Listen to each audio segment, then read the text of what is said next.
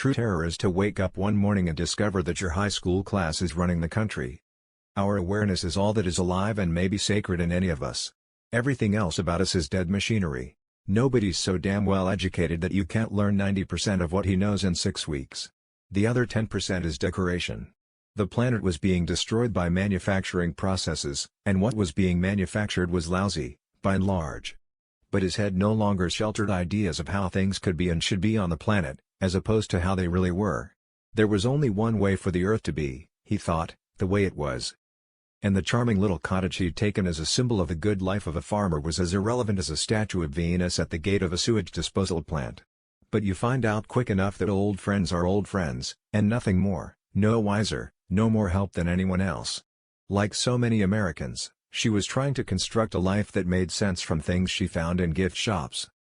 How nice, to feel nothing, and still get full credit for being alive. The poetry of 4 seasons is all wrong for this part of the planet, and this may explain why we are so depressed so much of the time. The poetry of 4 seasons is all wrong for this part of the planet, and this may explain why we are so depressed so much of the time. That's one thing Earthlings might learn to do, if they tried hard enough: ignore the awful times, and concentrate on the good ones. So I hope that you will do the same for the rest of your lives. When things are going sweetly and peacefully, please pause a moment, and then say out loud, if this isn't nice, what is? You know what else I think?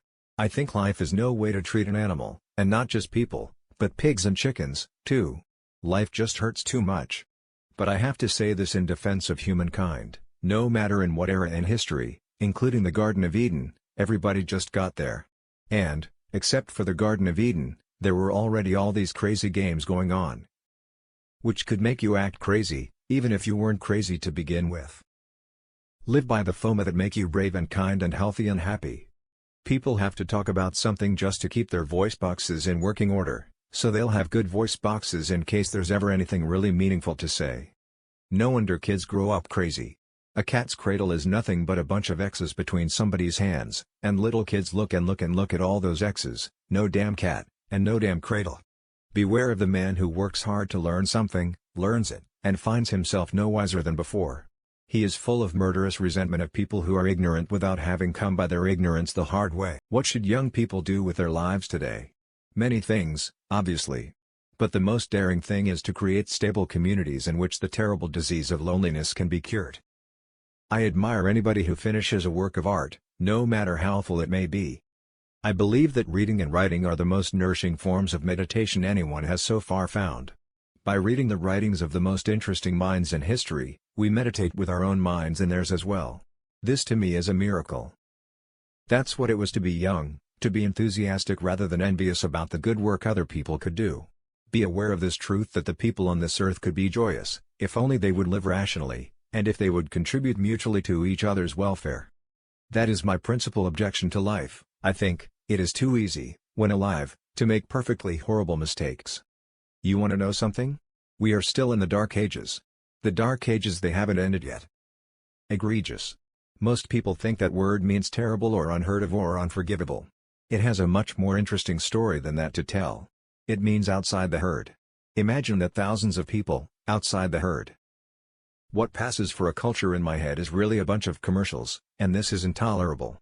It may be impossible to live without a culture. We are what we pretend to be, so we must be careful about what we pretend to be. In real life, as in grand opera, arias only make hopeless situations worse. Listen, we are here on earth to fart around. Don't let anybody tell you any different.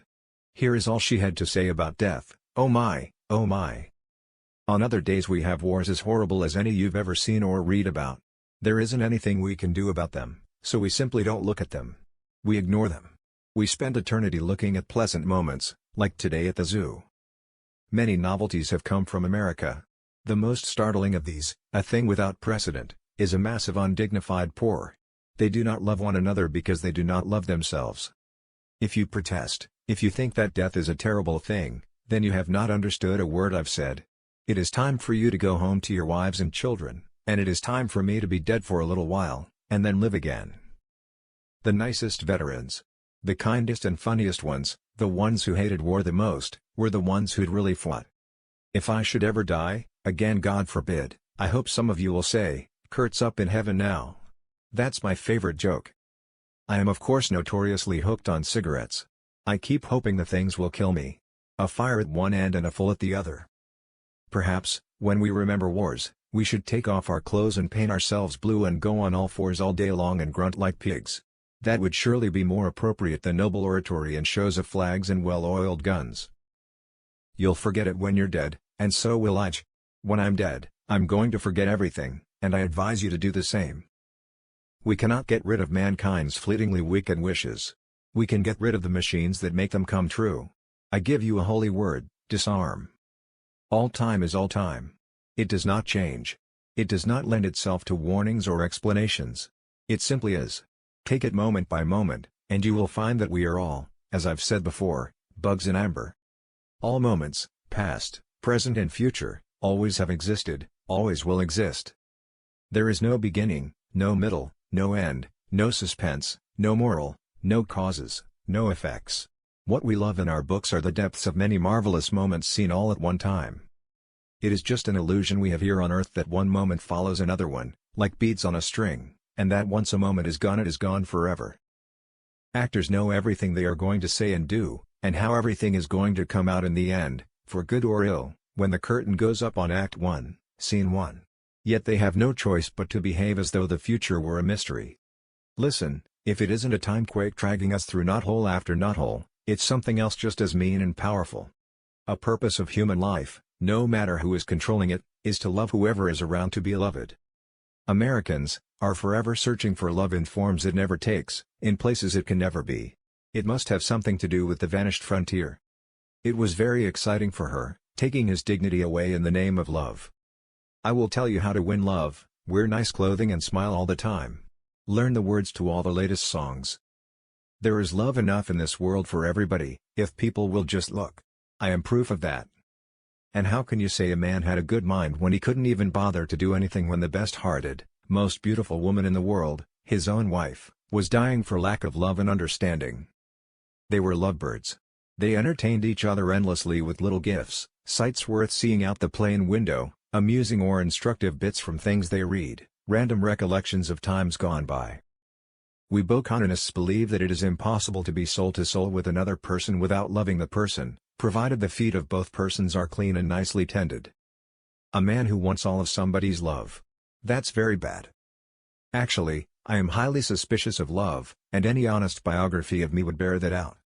If somebody says, "I love you," to me, I feel as though I had a pistol pointed at my head. What can anybody reply under such conditions but what the pistol holder requires? No matter what I was really, no matter what I really meant, uncritical love was what I needed. My life is nothing but room for you.